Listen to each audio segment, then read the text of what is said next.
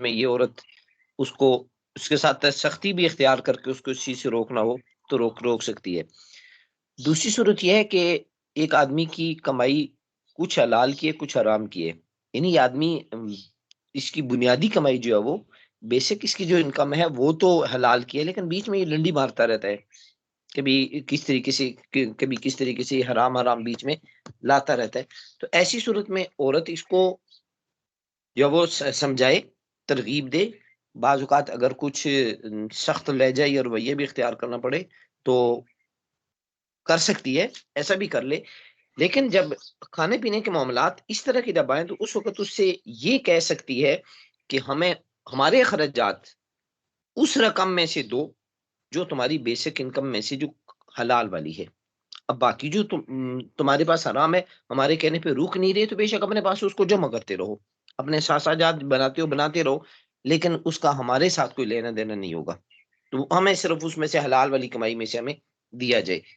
تو اب اس طریقے پہ اگر یہ عورت زندگی گزارتی ہے تو اس کے لیے اس میں کوئی گناہ نہیں ہے، یہ مجرم نہیں ہوگی۔ لیکن اگر اس عورت کے لیے تمام تر حرام ہونے کے باوجود اس عورت کے لیے وہاں سے احتجاج کے باوجود اگر اس کا کوئی فائدہ نہیں ہو رہا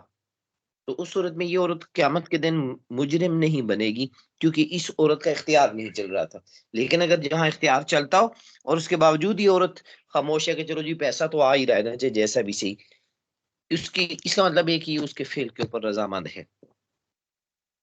آسان الفاظ میں اگر کہیں تو دو چیزیں ہوتی ہیں، ایک ہوتی ہے دوسرے انسان کے فعل پہ رضامند ہو جانا، اور دوسری صورت ہوتی ہے کہ دوسرے انسان کے فعل کے اوپر اس آدمی کو کے سامنے اس کو منع کرتے رہنا، اس کو ناپسند کرنا اور اس کو منع کرتے رہنا۔ ان دو یہ جب پوزیشن ہوگی، جیسے فرعون کی بیوی کا آپ نے بتایا کہ وہ فرعون کے ان جو اس کا کردار جو تھا ان کردار کے اوپر وہ رضامند نہیں تھی، وہ اس کو غلط کہتی تھی کہ یہ غلط ہے۔